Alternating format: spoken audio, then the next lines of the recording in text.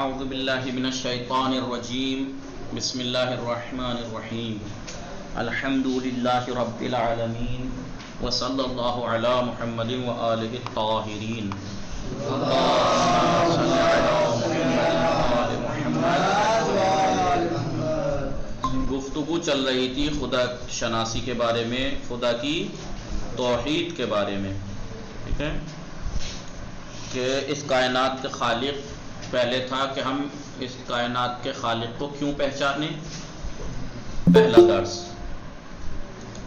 پہچاننے کے فائدے کیا ہیں، دوسرا درس پہچاننے کے راستے کیا ہیں، تیسرا درس۔ اب اس تیسرے سے لے کے 10ویں تک ابھی تک وہی دو راستوں کی توضیح دے رہے تھے، ٹھیک ہے۔ پہلے اندرونی راستہ یعنی روح کا راستہ، اسے تیسرے چوتھے پانچویں درس میں سمجھایا، تیسرے درس میں اسے سمجھایا، چوتھے درس میں ایک سوال تھا اس کا جواب، اور پانچویں درس میں ایک واقعہ اس اڑیل وزیر کا، کہ بھلے ہی انسان کی فطرت کی آواز وقتی طور پہ دب جائے، لیکن جب گھمنڈ غرور دنیا کی نیرنگیاں آنکھوں سے ہٹتی ہیں تو پھر خدا یاد آتا ہے۔ پھر پانچ کے بعد 6 سے لے کے 10 تک بیرونی راستے کی توضیح دی تھی۔ پہلے چھٹے درس میں بیرونی راستے کے بارے میں بتایا، پھر ایک ایک کر کے مثالیں دینی شروع کریں۔ پہلے برین کی مثال دی، یعنی یہ ثابت کیا کہ کائنات میں اتنا نظم ضبط شعور پایا، جہاں جہاں نظم و ضبط ہوگا وہاں شعور ہوگا، لہذا اس نظم کو ثابت کیا انہوں نے، اس شعور کو ثابت کیا، اس سے ثابت کیا کہ ایک بے عقل بے شعور مادہ اس کو خلق نہیں کر سکتا، اس کا خلق کرنے والا کوئی ایک ایسا ہے جو نہایت بے انتہا قدرت مند، بے انتہا حکیم اور بے انتہا علم کا مالک ہے۔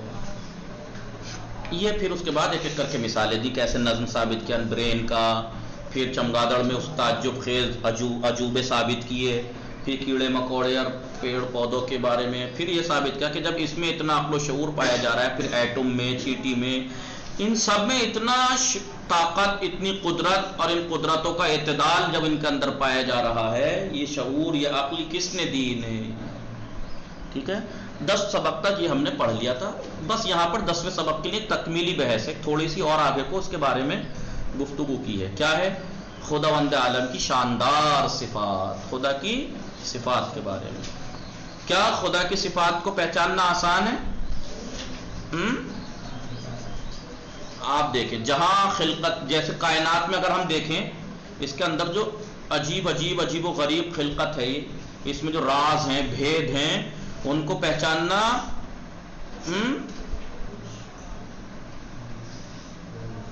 ان کے ذریعے سے جس قدر خدا کو پہچاننا آسان ہے۔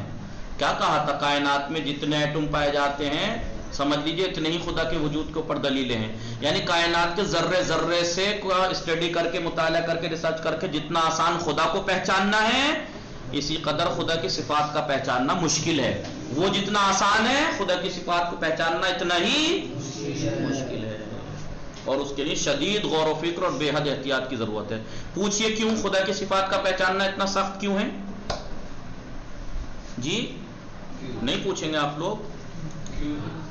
مریم خان، نازیہ بطول، زہرا، قائمہ، انہوں نے کہا کہ خدا کی کائنات کی چیزوں کو ذرہ ذرہ کے اوپر غور و فکر کر کے، توجہ کر کے خدا کو پہچاننا جتنا آسان ہے، اتنا ہی مشکل خدا کی صفات کو پہچاننا ہے۔ کیوں ہے خدا کی صفات کو پہچاننا اتنا مشکل؟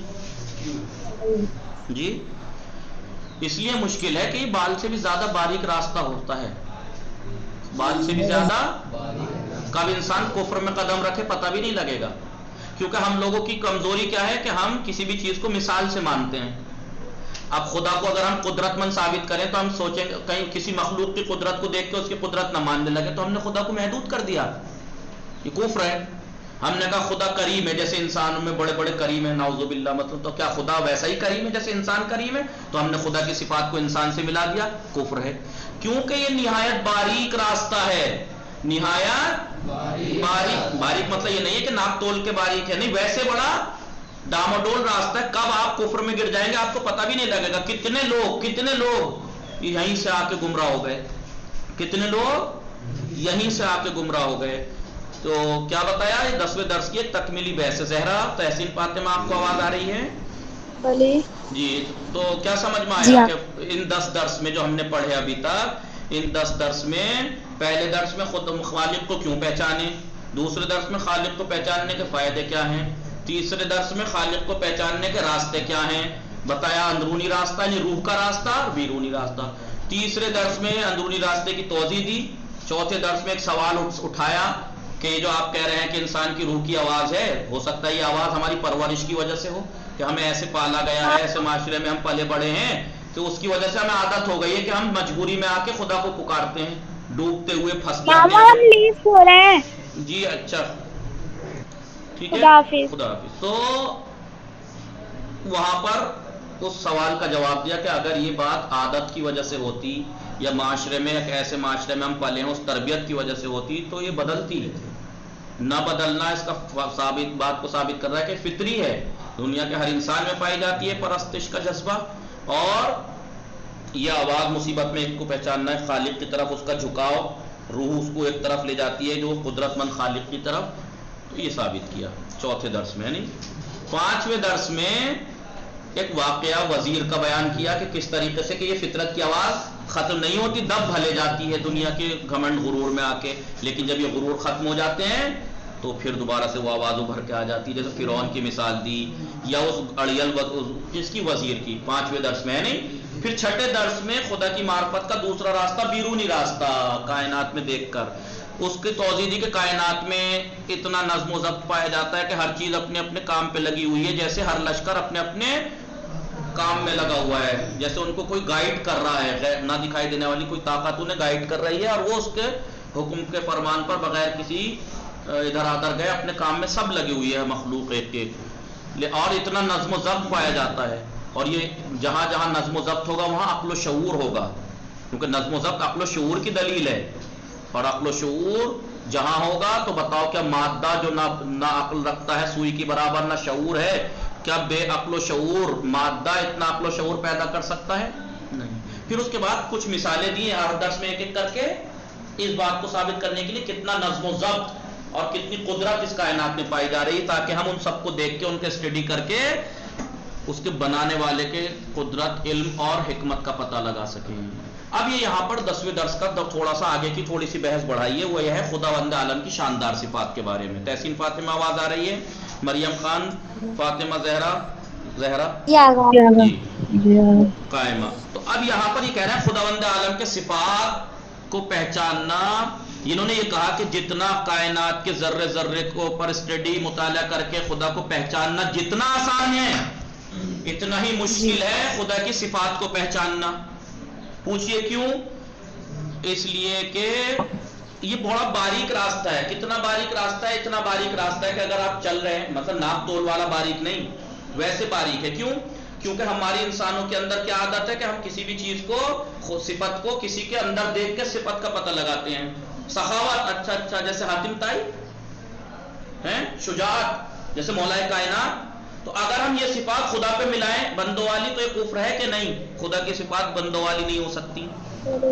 کتنا باریک راستہ ہے کہ ہلکے سے اس میں کب گمراہ ہو جائے انسان پتہ بھی نہیں لگے گا۔ ٹھیک ہے، اس لیے کہا یہاں پر دیکھیے کیا خدا کی صفات کو پہچاننا آسان ہے؟ ابھی جواب اس کا، جہاں خلقت، کائنات کے اسرار و رموز، اس کے بھید کو، اس کے رازوں کا مطالعہ کرنے کے کر کے اس کے ذریعے سے خدا کے وجود کو پہچاننا جس قدر آسان ہے اسی قدر خدا کی صفات کو پہچاننا مشکل ہے، اور اس کے لیے ایک تو شدید غور و فکر کی ضرورت ہے اور بے حد احتیاط کی ضرورت ہے، بے حد، کیونکہ کب انسان جا کے کفر میں قدم رکھ دے پتہ بھی نہیں لگے گا۔ بے حد، ایک تو غور و فکر کی بہت زیادہ، اور کیونکہ خدا کے اندر جتنی بھی صفات ہیں وہ اس کی عین ذات ہیں، ایک تو یہ، دوسرا اس کی صفات کسی بھی مخلوق سے ملتی ہوئی نہیں ہے۔ کبھی آپ سے اچھا شجاعت، ویسی شجاعت، سخاوت یعنی جیسی حاتم طائی کی تھی، تو ہم نے خدا کی صفات بندے سے ملا دی، مخلوق سے کفر میں پڑ گئے۔ خدا ان سب صفات سے اس طریقے سے پاک و پاکیزہ ہے کہ وہ مخلوق کی صفات سے متصف ہو، لہذا بڑا باریک راستہ ہے، بڑے بے حد احتیاط کی ضرورت ہے۔ یقیناً آپ اس کا سبب دریافت کرنا چاہیں گے، اس کی وجہ پوچھنا چاہیں گے کہ کیوں اتنا سخت ہے۔ اس کا سبب بہت واضح ہے، کیا ہے؟ کیونکہ ہماری کسی بھی چیز سے اور جو کچھ ہم اس وسیع کائنات میں دیکھ رہے اور سن رہے ہیں خدا اس سے مشابہت نہیں رکھتا، کیونکہ ہم محدود ہیں نا. کائنات میں جو چیز ہم دیکھ رہے ہیں وہ سب محدود ہیں، تو ہم خدا کو کون سی صفت سے متصف کریں جو محدود نہ ہو؟ ہم تو محدود ہی چیزیں دیکھ رہے ہیں، ہم تو محدود ہی چیزیں دیکھ رہے ہیں نا کائنات میں، تو ہم ان سے تو متصف نہیں کر سکتے. ہم سخاوت دیکھیں گے وہ محدود ہے، علم دیکھیں گے وہ محدود ہے، شجاعت دیکھیں گے وہ محدود ہے، قدرت دیکھیں گے وہ محدود، ہر چیز ہم محدود دیکھ رہے ہیں، تو ان چیزوں کو تو خدا سے نہیں ملا سکتے ہم جی کسی بھی چیز سے. اور جو کچھ ہم اس وسیع کائنات میں دیکھ اور سن رہے ہیں خدا اس سے مشابہت نہیں رکھتا.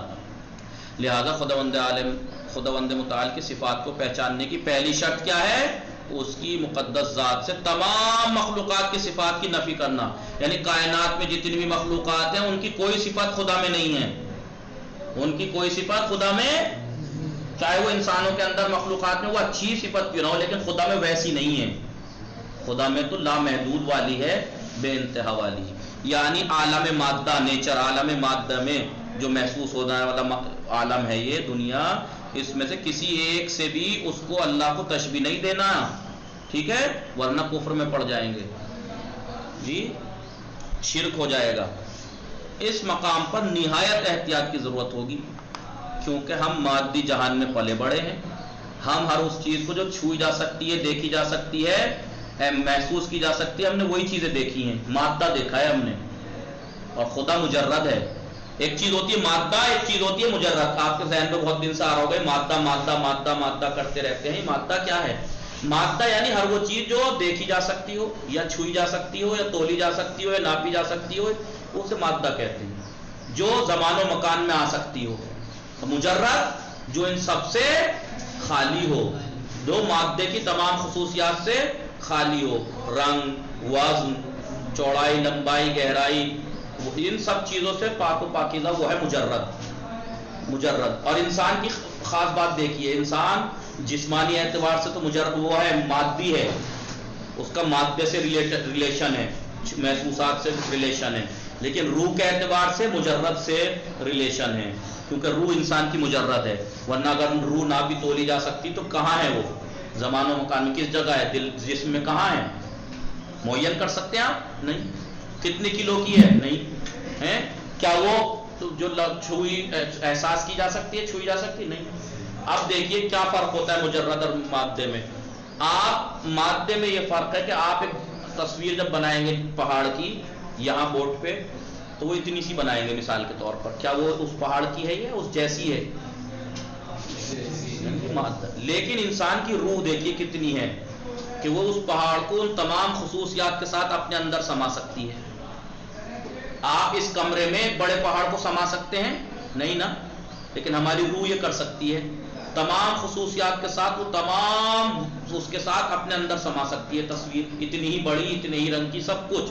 تو یہ اس کے مجرد ہونے کی دلیل ہے کہ مجرد ہی ہے جو لامحدود کی اس کو بھی سما لیتی ہے، یعنی ہر اس کو سما لیتی ہے. آپ بتائیے، ورنہ دیکھیے آپ کہیں کہ جسم جو ہے وہ برین ہے انسان کا، تو کیا یہی برین ہے جو چیزوں کو یاد کرتا ہے؟ اگر یہی ہے تو پھر علم کہاں جاتا ہے؟ کتنی بھی کتابیں آپ 1 کلو کی کتاب اٹھائیں اس کا وزن ہے، لیکن اس کا سارا علم آپ کے روح میں ہے. مجرد اور مادی کا یہ فرق ہے. مجرد مادہ کسے کہتے ہیں؟ یعنی ہر وہ چیز جو کسی بھی طریقے سے احساس کی جا سکتی ہے، محسوس کی جا سکتی ہے، دیکھ کر، یا دیکھ کر نہ صحیح تو چھو کر، ناپ کر، تول کر، لمبائی، چوڑائی، یہ سب چیز، جو چیز ایسی ہوگی وہ مادہ ہے، اور جو ان تمام صفات سے خالی ہو وہ مجرد ہے. تو روح، ملائکہ، فرشتے، یہ سب مجرد ہیں. عالم تجرد بولتے ہیں ان کو. عالم مادہ جس میں ہم جی رہے ہیں، اور عالم تجرد یعنی عالم ارواح وغیرہ. کیونکہ ہم عالم مادہ میں پل رہے ہیں، ہم تو ہر چیز محسوس والی کو مانتے ہیں. لہذا اگر ہم خدا کی صفات کو پہچاننے چلیں تو ہم انہیں دیکھ کے مانیں گے تو کفر ہے. بھائی ہم کہیں نعوذ باللہ خدا عالم ہے، جیسے مطلب فلاں صاحب عالم ہے، نعوذ باللہ، یہ گناہ ہے. خدا ان تمام صفات سے پاک ہے. سب سے اہم تو یہی ہمیں خیال رکھنا ہے کہ کسی مخلوق کی صفات سے خدا کو متصف نہیں کرنا ہے. ہمارا ہر وقت مادی چیزوں سے تعلق رہا ہے اور اسی سے ہم مانوس بھی ہیں. لہذا ہم اپنے مادی رجحان کی وجہ سے تمام چیزوں کو اسی کی کسوٹی پر پرکھتے ہیں، مادے کی.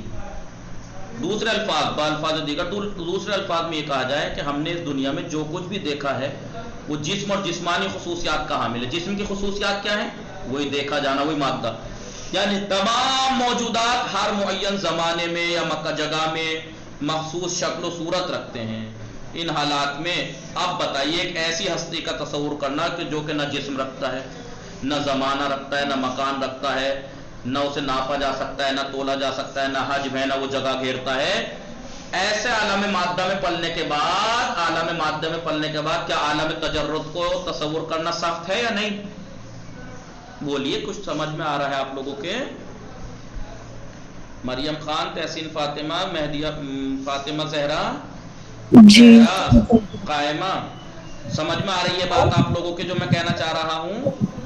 جی جی بھائی دیکھیے، ہم مادے میں رہ کر، مادے میں پلے بڑھے ہو کر کیا عالم تجرد کی چیز کا تصور کرنا سخت ہے یا نہیں ہے؟ بالکل سخت ہے. ہم کیونکہ اگر اللہ کے صفات کو اگر تلاش کرنے چلیں تو ہم کیونکہ مادے میں پلے بڑے، ہر چیز مادے پہ کسوٹی پہ اتارتے ہیں، ہم ناپتے تولتے ہیں. عالم، اچھا، جیسے وہ سخی، جیسے وہ فلانا، جیسے وہ، کیونکہ ہمارا ذہن زبان سے بھلے نہ کہیں، ذہن ادھر ہی جائے گا ہمارا، سخاوت کے نام پہ کسی ایک جگہ، بہادری کے نام پہ، شجاعت پہ، قدرت پہ. تو کتنا باریک راستہ ہے. آپ خود سوچو کہ ہمیں خدا کو صفات کو پہچاننا بھی ہے، ماننا بھی ہے، لیکن ان مخلوقات کی صفات سے جدا ہی رکھنا ہے. کتنا باریک راستہ ہے یہ. اس لیے نہایت احتیاط کی ضرورت ہے. اس کے باوجود وہ تمام دیکھیے تمام چیزیں اس میں نہیں ہے. نہ تو ایسی ہستی کا تصور کرنا، نہ تو جسم رکھتا ہے، نہ ہی زمان، نہ ہی مکان، نہ ہی وہ کسی خاص جگہ میں ہے. اس کے باوجود وہ تمام زمان و مکان کو گھیرے ہوئے، احاطہ کیے ہوئے. نہایت ہی مشکل کام ہے یہ ایسے ذات کا تصور کرنا. لہٰذا یہ بات بہت ضروری ہے کہ نہایت غور و فکر کے ساتھ اس راہ پر قدم رکھا جائے، کیونکہ بہت زیادہ سخت راستہ ہے، بہت زیادہ نازک، بہت زیادہ نازک راستہ ہے کہ ہم خدا کے صفات کو تلاش بھی کریں، جانے بھی، لیکن اس کے ساتھ ساتھ کسی مخلوق کی صفت سے نہ ملا بیٹھیں، کہیں بھی دھوکے میں بھی بھٹک جائیں گے. البتہ اس نقطے کی طرف یاد دلانا بہت ضروری معلوم ہوتا ہے. یاد آوری بہت ضروری معلوم ہوتی ہے کہ ہم خدا کی ذات کی حقیقت، دیکھیے خدا کی صفات کو پہچاننا ناممکن نہیں ہے، لیکن بہت زیادہ مشکل ہے. بہت زیادہ کیوں مشکل ہے؟ جیسے میں نے ابھی بتایا یوں مشکل ہے. لیکن خدا کی ذات کو دنیا میں، کائنات میں کوئی نہیں پہچان سکتا. ذات کو، خدا کی ذات کو کوئی درک نہیں کر سکتا. خدا کی ذات کو کوئی درک نہیں کر سکتا. اگر درک کر سکتا ہے اگر کوئی، تو صرف صفات کو درک کر سکتا ہے. ہم خدا کی ذات کی حقیقت کبھی بھی درک نہیں کر سکتے، اور نہ ہی اس کی امید رکھنی بھی چاہیے. آپ امید بھی مت رکھنا کہ ہم خدا کی ذات کو پہچان لیں گے. کوئی نہیں پہچان سکتا. اہل بیت نے، معصومین نے بھی دعویٰ نہیں کیا کبھی کہ ہم نے خدا کی ذات کو پہچانا ہے. کوئی نہیں دعویٰ کر سکتا. ٹھیک ہے، خدا کی ذات کو نہ تو کسی نے پہچانا ہے، حقیقت تک نہ پہنچا ہے، اور نہ ہی امید رکھنی چاہیے. البتہ صفات پہ توجہ رکھنی چاہیے. حالانکہ مرحلہ تھوڑا سخت ہے، لیکن ہو جائے گا. کیونکہ یہ امید اور خیال ایسے ہی بیکار ہے، خام ہے، جیسے سمندر کو کوزے میں بند کرنا. بھائی کیسے آپ ذات کو پہچان سکتے ہیں خدا کی؟ یا ماں کے شکم میں جو موجود بچہ ہے اس کا بیرونی دنیا سے ماں کے پیٹ میں جو بچہ ہے وہ باہر کی دنیا سے آشنا ہو جائے، یہ ممکن ہے؟ ناممکن ہے. ایسے ہی خدا کی ذات تک پہنچنا ناممکن ہے. البتہ رہی صفات کی بات، صفات تک پہنچا جا سکتا ہے، لیکن بہت سخت مرحلہ ہے، نازک مرحلہ، سخت نہیں نازک مرحلہ ہے. بہت غور و فکر کی اور احتیاط کی ضرورت ہے. اور یہی وہ مقام ہے جہاں ایک چھوٹی سی لفظ خدا کی صفات کو پہچاننے میں جب کوشش میں لگتا ہے انسان، اتنا باریک اور اتنا نازک راستہ ہے کہ یہی ایک مقام ہے کہ جہاں ایک چھوٹی سی لفظ انسان کو خدا کی معرفت کے حقیقی راستوں سے کوسوں دور کر سکتی ہے. پتہ لگا تھا خدا کی معرفت کے لیے آگے بڑھا تھا، کب وہ خدا کی معرفت سے اتنا دور ہو گیا کہ وہ تو بت پرست ہو گیا. جس کے نتیجے میں وہ بت پرستی اور مخلوق پرستی کی سنگلاخ یعنی سخت پتھریلی راہوں میں بھٹکتا پھرتا ہے. غور کیجئے گا، جب انسان خدا کی صفات کی تلاش میں نکلتا ہے اس کو پہچاننے کے لیے، تو اتنا نازک مرحلہ ہے، بہت غور و فکر کی ضرورت ہے، احتیاط کی ضرورت ہے. ورنہ جہاں اس نے تھوڑی سی بھی صفات میں گڑبڑ کی، جہاں مخلوق سے ملایا، تو وہ اس چیز کو پوجنا شروع کر دے گا، بھٹک جائے گا. مختصر یہ کہ ہمیں انتہائی ہوشیار رہنا چاہیے اور ہرگز خداوند عالم کی صفات کا مخلوقات عالم کی صفات کے ساتھ مقابلہ اور مقایسہ نہیں کرنا چاہیے. خدا کی صفات کا مخلوقات کی کسی صفت سے کوئی مقایسہ نہیں ہے. یہ کیوں؟ کیونکہ یہ محدود ہے، وہ لامحدود. یہ ختم ہونے والا، وہ لامتناہی. یہ محدود، وہ لامحدود. یہ محتاج، وہ بے نیاز. جی یہ جگہ گھیرتا ہے، وہ جگہ میں نہیں، جو وہ کسی جگہ میں نہیں ہے. تب یہ مکان میں اسے چھوا جا سکتا ہے مادے کو، اسے نہیں چھوا جا سکتا خدا کو. اب دیکھیے یہاں پر صفات جمال و جلال. اب یہاں پہ کچھ صفات کی طرف اشارہ کر رہے ہیں. عموماً خداوند عالم کی صفات کو دو حصوں میں تقسیم کیا جاتا ہے. خداوند عالم کی صفات کو دو حصوں میں، ثبوتیہ اور سلبیہ. ثبوتیہ جن کا خدا کے اندر موجود ہیں، سلبیہ جو خدا میں کے اندر نہیں پائی جاتی. صفات ثبوتیہ یعنی وہ صفات جو خدا میں پائی جاتی ہیں. صفات سلبیہ یعنی جن چیزوں سے اس کی ذات پاک و منزہ اور مبرہ ہے. اب سوال یہ پیدا ہوتا ہے کہ خدا کی ذات میں کون کون سی صفات پائی جاتی ہیں. ان صفات کی طرف یہاں اشارہ کر رہے ہیں. دیکھیے اس کا جواب یہ ہے کہ ایک لحاظ سے خدا کی صفات بے پایان یعنی جن کی کوئی انتہائی نہیں ہے، لامحدود ہے. خدا کی صفات لامحدود ہیں، جبکہ ایک لحاظ سے فقط ایک ہی صفت میں تمام صفتیں آ سکتی ہیں. ایک صفت میں ہی تمام صفتوں کا خلاصہ ہے. کیونکہ تمام صفات ثبوتیہ کو اگر مختصر طور پر ایک جملے میں بیان ایسے کر سکتے ہیں آپ کہ خدا کی ذات ایک لامتناہی ذات ہے جو ہر لحاظ سے تمام کمالات کی حامل ہے. تمام کمالات. اب جتنے بھی کمال ہیں وہ اس میں ہیں، جتنے بھی کمال ہیں وہ اس میں ہیں. تو آپ یہ کہیے کہ خداوند عالم کی ذات تمام صفات کمالیہ اس کے اندر پائے جاتے ہیں، تمام کمالی صفات اس کے اندر پائے جاتے ہیں. ایک جملے میں سب آ گیا. اور صفات سلبیہ کو مختصر ایسے بیان کر سکتے ہیں کہ خدا ہر قسم کے نقص و عیب سے پاک ہے. اب جو بھی چیز نقص اور عیب ہوگی وہ خدا میں نہیں ہو سکتی. اور ایک جملے میں بات پوری ہو گئی. دوسرے نقطۂ نظر سے کیونکہ کمالات اور نقائص کے درجات ہوتے ہیں، کمالات کے بھی درجے ہیں، اسٹیپ ہیں، اور کمیوں کے بھی. یعنی بے انتہا کمال. دیکھیے ایک تو ہوتا ہے کمال. اب کائنات میں کتنا کمال پایا جا رہا ہے، علم، قدرت، سب کچھ پایا جا رہا ہے، نہیں پایا جا رہا ہے، لیکن یہ مخلوق کی صفات ہیں. ان تمام صفات کو مادے سے خارج کر کے، مجرد کر کے یہ صفات خدا میں پائی جاتی ہیں. لامحدود علم، لامحدود قدرت، لامحدود ہر چیز کا لامحدود کرتے چلے جائیے، خدا میں ان صفات سے متصف ہے.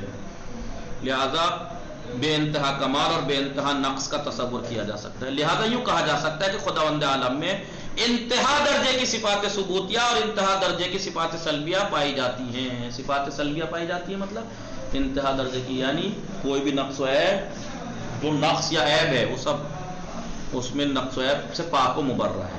کیونکہ جس اعلیٰ درجے کا کمال کا تصور کیا جا سکتا ہے، جتنے اعلیٰ درجے کا کمال کا تصور کیا جا سکتا ہے وہ اس کی ذات میں موجود ہے. اور جتنے بھی نقائص، کمیوں کو تصور آپ کر سکتے ہیں، یعنی وہ محدود والے نہیں، لامحدود، وہ ان سے پاک و مبرہ ہے. پس خداوند عالم کی صفات ثبوتی اور سلبی لامحدود ہیں، بے انتہا، لامحدود، مجرد. لیکن خداوند عالم کی مشہور ترین صفات یہاں بیان کر رہے ہیں. مشہور ترین صفات ثبوتیہ کو فارسی شعر میں ادا کیا گیا ہے. کیا ہے فارسی کا؟ عالم و قادر و حیست و مرید و مدرک، ہم قدیم و ازلی پس متکلم و صادق. ایک شعر ہے، اس میں ساری آ گئی. عالم و قادر و حیست و مرید و مدرک، عالم ہے، قادر ہے، حی ہے، مرید اور مدرک ہے، قدیمی اور ازلی بھی ہے، متکلم بھی ہے اور صادق بھی. خدا عالم ہے، لیکن عالم کا مطلب ایسا عالم نہیں جیسا ہم کائنات میں دیکھ رہے ہیں علم نہیں. عالم ہے یعنی تمام چیزوں کو جانتا ہے. خدا قادر ہے یعنی ہر چیز پر قدرت رکھتا ہے. خدا حی ہے یعنی ایسا زندہ ہے اور زندہ اسے کہا جا سکتا ہے، اسے کہا جاتا ہے جو علم بھی رکھتا ہو اور قدرت بھی. زندہ اسے ہی تو کہیں گے جو علم بھی رکھتا اور قدرت بھی، کیونکہ خدا عالم بھی ہے اور قادر بھی، اس لیے وہ زندہ ہے، اسی لیے وہ زندہ ہے. 4 خدا مرید ہے یعنی صاحب ارادہ ہے، اس کو ارادہ اپنا اس کا ہے، اپنے کاموں میں کسی کا مجبور نہیں ہے، اور جو کام بھی انجام دیتا ہے اس میں مقصد ہوتا ہے، حکمت پوشیدہ ہوتی ہے. مقصد اور حکمت اس لیے کہا گیا خداوند عالم حکیم ہے. خداوند عالم حکیم ہے یعنی اس کا کوئی بھی کام بیکار ابس بیہودہ نہیں ہے، سب میں حکمت پوشیدہ ہے. یہی وجہ ہے کہ کائنات میں کوئی بھی چیز اس نے بلا مقصد اور بغیر کسی فلسفے کے نہیں بنائی.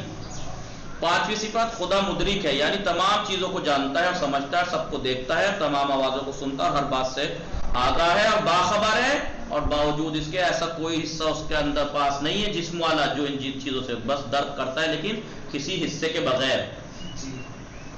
چھٹا، خدا قدیم ہے اور ازلی، یعنی ہمیشہ سے ہے، اس کے وجود کا کوئی آغاز نہیں ہے کہ فلاں سن سے آغاز ہوا تھا، نعوذ باللہ، نہیں، اس کا آغاز کا کوئی، اس کے وجود کا کوئی آغاز نہیں ہے، کیونکہ اس کی ہستی اس کی ذات سے جلوہ گر، اس کی ہستی اس کے ذات سے آشکار ہوتی ہے، اور یہی سبب ہے کہ وہ ابدی ہے، ہمیشہ رہے گا، اور جاویدانی یعنی ہمیشہ رہے گا، ہمیشہ سے اور ہمیشہ رہے گا. کیونکہ جس ذات کی ہستی خود اس کی ذات سے ہے، جس ذات کی ہستی اس کی ذات ہے، اس کے لیے فنا اور عدم کا کوئی معنی ہی نہیں.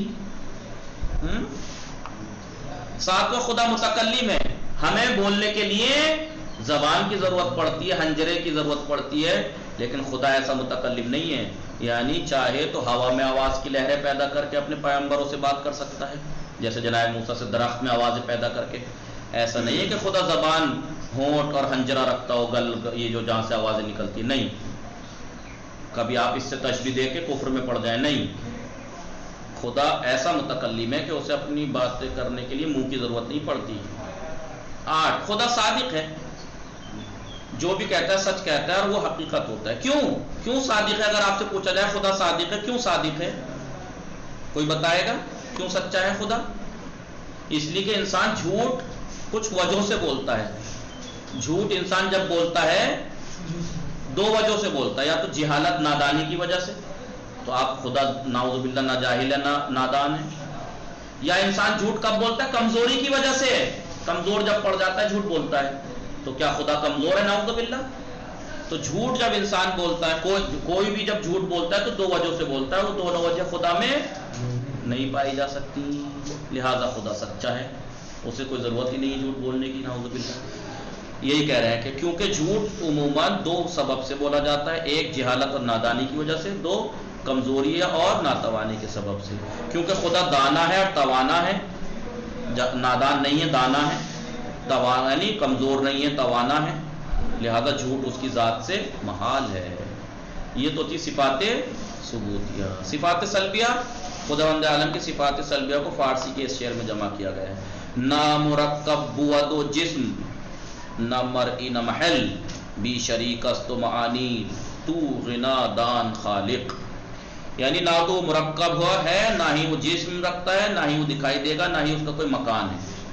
بے شریک ہے، اس کا کوئی شریک نہیں ہے، اور نہ معانی ہے، یعنی اس کے صفات عین ذات ہیں. تو اس کو ان سب سے اپنے خالق کو بے نیاز جان. تو اس میں کتنی گنائی؟ خدا مرکب نہیں ہے. مرکب نہیں ہے یعنی کسی سے مل کر نہیں بنا. آپ جانتے ہیں کہ جو چیز مل کے بنتی ہے، جز ہو کے بنتی ہے، تو وہ چیز اپنے جز کی محتاج ہوتی ہے نہیں ہوتی ہے؟ بھائی موبائل میں جو اجزاء مل کے بنا ہے اس میں سے ایک جز، ہر جز کو محتاج ہے نہیں ہے؟ وہ جز ہٹا دیا جائے خراب ہو جائے گا نہیں ہو جائے گا؟ جو چیز مرکب ہوتی ہے وہ اپنے جز کی محتاج ہوتی ہے، اور خدا محتاج ہی نہیں ہے، یعنی اجزاء ترکیبی سے مل کر نہیں بنا ہے. کیونکہ ایسی صورت میں اگر وہ نعوذ باللہ اگر وہ مل کے بنتا تو اپنے اجزاء کی احتیاج ہوتی اسے، اور جب وہ کسی چیز کا محتاج نہیں ہے نہیں. دوسری صفات سلبی کیا ہے؟ خدا جسم نہیں رکھتا. کیوں نہیں رکھتا جسم؟ کیونکہ جسم اگر ہے تو جسم کی تو صفات ہیں کچھ، کہ وہ ایک جگہ پہ آ سکتا ہے، بدل سکتا ہے، وہ فنا پذیر ہے جسم. تو کیا خدا میں یہ چیزیں پائی جاتی ہیں؟ نہیں. خدا جسم نہیں رکھتا کیونکہ جسم محدود کیا جا سکتا ہے، اس میں تغیر اور تبدیلی ہوتی رہتی ہے، جسم میں بدلتا رہتا ہے، اور جسم فنا پذیر ہے، فنا ہونے والا ہے، لہٰذا یہ تمام چیزیں خدا میں ہے ہی نہیں، اس لیے خدا جسم نہیں. تیسری صفت سلبی کیا ہے؟ خدا میں مرئی نہیں، یعنی وہ دکھائی نہیں دیتا. کیوں نہیں دکھائی دیتا؟ اگر نظر آتا تو نظر تو جسم دیتا ہے، جسم دکھائی دیتا ہے، اور جسم ہونے کی صورت میں وہ محدود اور فنا پذیر ہو جائے گا، لہذا خدا دکھائی نہیں دیتا. کیونکہ دکھائی دیتا تو جسم ہوتا، جسم ہوتا تو محتاج ہوتا. چوتھا، خدا محل نہیں رکھتا، یعنی اس کا جسم نہیں ہے جو اسے کسی مکان کی جگہ کی ضرورت پڑے. نمبر 5، خدا شریک نہیں ہے. خدا کا کوئی کیونکہ اگر اس کا کوئی شریک ہوتا تو وہ ایک محدود ہو جاتا، محدود وجود ہو جاتا، کیونکہ دو لامحدود کائنات میں ان کا تصور بھی ممکن نہیں ہے، دو لامحدود موجودات کا وجود کسی طرح بھی ممکن نہیں ہے۔ اگر دو لامحدود چیزیں تصور ممکن ہے، نہیں ہو سکتا، ناممکن ہے دو لامحدود چیزیں ہوں۔ اس کے علاوہ اس کائنات کے قوانین میں وحدت، جو آپ کائنات میں دیکھ رہے ہیں، اس میں وحدت پائی جا رہی نہیں پائی جا رہی؟ سورج ایک ہی وقت پہ نکلتا ہے ہمیشہ سے، ایک ہی وقت پہ ڈوبتا ہے، ایک ہی جگہ سے نکلتا ہے، ایک ہی جگہ پہ ڈوبتا ہے، رات ہوتی ہے، دن ہوتا ہے، سب کا ایک ہی اس پہ چل جانا اس بات کا ثبوت ہے کہ خدا کا کوئی شریک نہیں ہے، وہ اکیلا ہے، ورنہ کبھی تو دوسرا والا کہتا اگر ہوتا نعوذ باللہ کہ آج میرا بھی چلنے دے بھائی۔ لہٰذا ان تمام کائنات کے قوانین میں ایک وحدت ہونا اس خدا کے بے مثل اور یگانہ اور ایک ہونے کی دلیل ہے۔ چھٹی صفت سلبی کیا؟ خدا معانی نہیں رکھتا۔ معانی یعنی اس کی صفات اس کی عین ذات ہیں، ایسا نہیں ہے کہ پہلے ذات تھی پھر صفت آئی، نہیں، اس کی صفت ہی عین ذات ہے، اس کی ذات ہی عین صفت ہے۔ ساتویں صفت، خدا محتاج اور ضرورت مند نہیں ہے بلکہ غنی بے نیاز ہے، کیونکہ علم و قدرت کے لحاظ سے وہ کیونکہ ایک بے پناہ وجود کو کسی چیز کی، جب خدا علم و قدرت کے لحاظ سے بے پناہ ہے، بے انتہا علم و قدرت رکھتا ہے، تو جو بے انتہا علم و قدرت رکھتا ہے اسے کسی کی محتاجی ہوگی نہیں۔ قرآن مجید میں ارشاد ہوتا ہے لیسا کمثلہ شیء، کوئی بھی چیز اس کے مانند نہیں ہے، کوئی بھی چیز اس کے مانند۔ سوچیے اور جواب دیجیے۔ خدا کی وحدانیت، ایک ہونا اور اس کے لا شریک ہونے پر دلیلیں پیش کریں، کتنی دے سکتے ہیں؟ کائنات کے میں ایک ایک ذرے سے آپ کبھی نظام کا نہ بدلنا، ایک ہی نظام پہ چلنا، ان کے خالق کے ایک ہونے کی دلیل ہے۔ کیا آپ جانتے ہیں کہ بعض مذاہب تین خداؤں کے قائل ہیں؟ بعض مذہب ایسے ہیں جو تین خدا کو مانتے ہیں، جیسے عیسائی ہیں، روح القدس اور جناب عیسیٰ خدا، تین کو مانتے ہیں۔ اور بعض مذاہب کے یہاں دو خداؤں کا تصور بھی موجود ہے۔ بتائیے وہ کون سے مذہب ہیں؟ ایک تو عیسائی، ایک یہودی ہے، ٹھیک ہے؟ یہ دیکھیے توحید کا یہاں سے ہمارا درس ختم ہو گیا، اب عدل شروع ہوگا۔ عدل، توحید کے بارے میں 10 درس پورے ہو گئے انشاءاللہ۔ آپ ان کو یاد کیجیے گا ایک ایک کر کے روز۔ وصلی اللہ علی محمد وعلی آلہ۔